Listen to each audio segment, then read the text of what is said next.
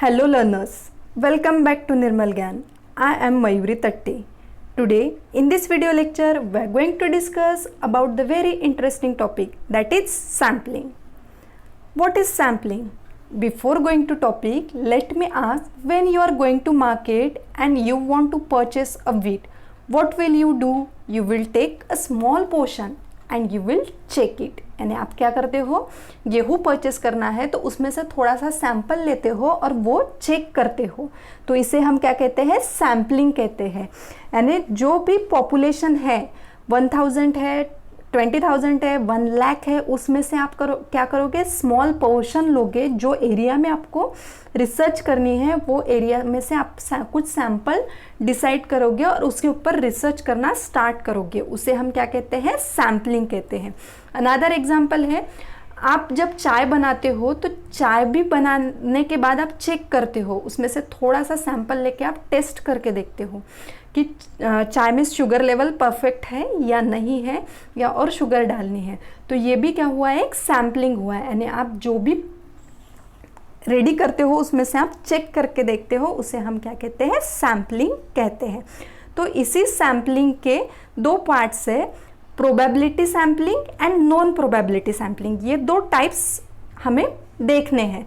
तो हम सबसे पहले इस वीडियो में प्रोबेबिलिटी सैम्पलिंग देखेंगे कि प्रोबेबिलिटी सैम्पलिंग के कौन कौन से टाइप्स हैं, वो डिटेल में हम ये वीडियो में देखेंगे, और नॉन प्रोबेबिलिटी सैम्पलिंग जो है वो नेक्स्ट वीडियो में हम कवर करेंगे।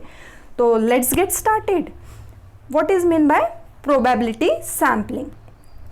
Probability sampling is based on the facts that every member of the population has known an equal chance of being selected. यानी probability sampling में क्या होना चाहिए, सबको equal chance मिलना चाहिए। और मैं एक एग्जांपल के साथ आपको बताती हूँ। जब टीचर क्लास में एंटर करते हैं और she is going to ask a question, class में 100 स्टूडेंट है और टीचर क्या करते हैं, 5 to 6 स्टूडेंट को क्वेश्चन पूछना स्टार्ट करते हैं, लेकिन उसने पहले से डिसाइड करके नहीं रखा है कि किन स्टूडेंट्स को क्वेश्चन पूछने हैं या किसको नहीं पूछने हैं। वो जैसे ही क्लास में एंटर करते हैं वो क्वेश्चन पूछना स्टार्ट कर देते हैं, फ्रॉम बैक, बीच में जो बैठे हैं उनसे, राइट में जो बैठे हैं उनसे, लेफ्ट में जो बैठे हैं उनसे, सबसे वो क्वेश्चंस करना स्टार्ट कर देते हैं। Okay, so every students have a equal chance to select, यानी सबको इक्वल चांस मिलेगा इसमें से। बट द टीचर्स ने क्या किया है, 5 to 6 स्टूडेंट्स को ही सिलेक्ट किया है। तो सिलेक्शन है सडनली डिसाइड किया था टीचर्स ने, विदाउट प्लानिंग किया था, उसका कुछ डिसाइडेड नहीं था पहले से कि हमें ये करना है। तो इसे हम क्या कहते हैं, प्रोबेबिलिटी सैम्पलिंग कहते हैं।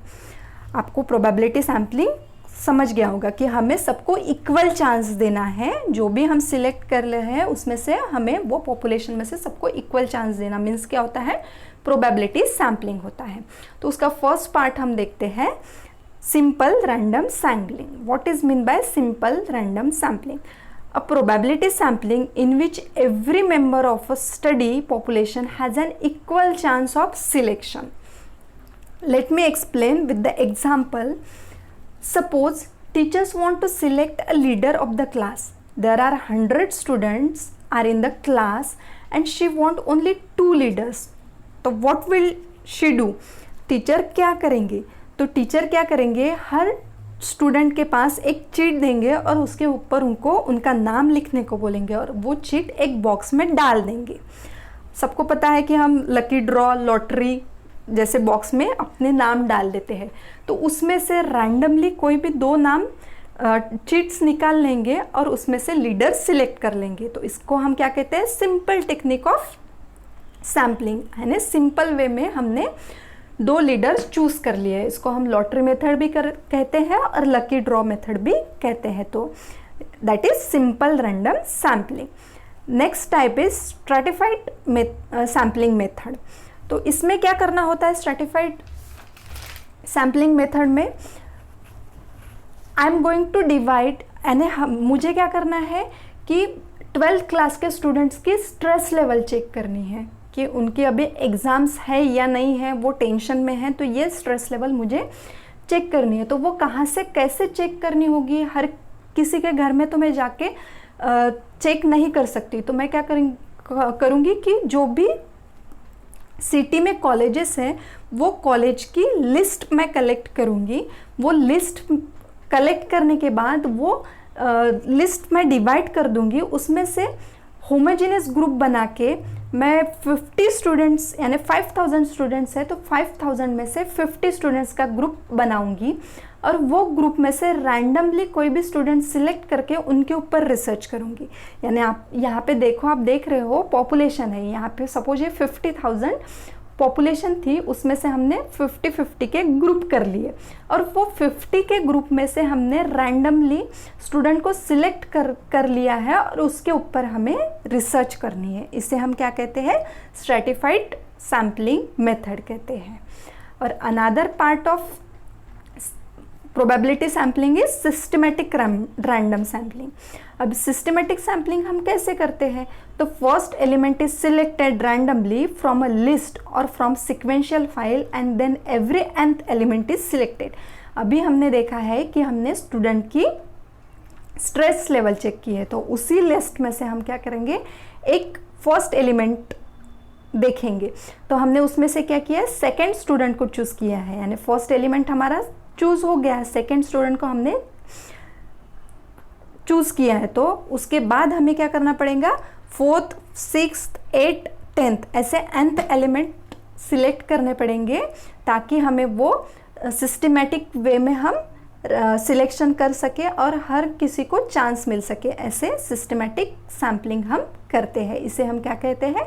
सिस्टमेटिक सैम्पलिंग कहते हैं। नेक्स्ट पार्ट है प्रोबेबिलिटी सैम्पलिंग का क्लस्टर सैम्पलिंग। अब क्लस्टर सैम्पलिंग यानी क्या? We have a cluster sampling, you choose a naturally existing cluster. हमारे पास कुछ क्लस्टर्स है, उसमें से हमें कुछ सैंपल सिलेक्ट करने पड़ते हैं। यदि आपके पास कुछ एलिमेंट्स है तो उसमें से आपको सिलेक्ट करने पड़ेंगे और उसके ग्रुप्स बनाने पड़ेंगे। वो ग्रुप्स बनाने के बाद आप उसमें से उनका एज वाइज ग्रुप बना सकते हो, रिलीजन वाइज ग्रुप बना सकते हो या क्लास वाइज ग्रुप बना सकते हो। ऐसे ग्रुप बना के आपको उसमें से सैंपल लेके रैंडमली उसके ऊपर रिसर्च करना पड़ेगा। इसे हम क्या कहते हैं? क्लस्टर सैम्पलिंग कहते हैं। Thank you so much friends. यदि ये वीडियो आपको पसंद आया है, लाइक करें, शेयर करें और सब्सक्राइब करें। Stay tune.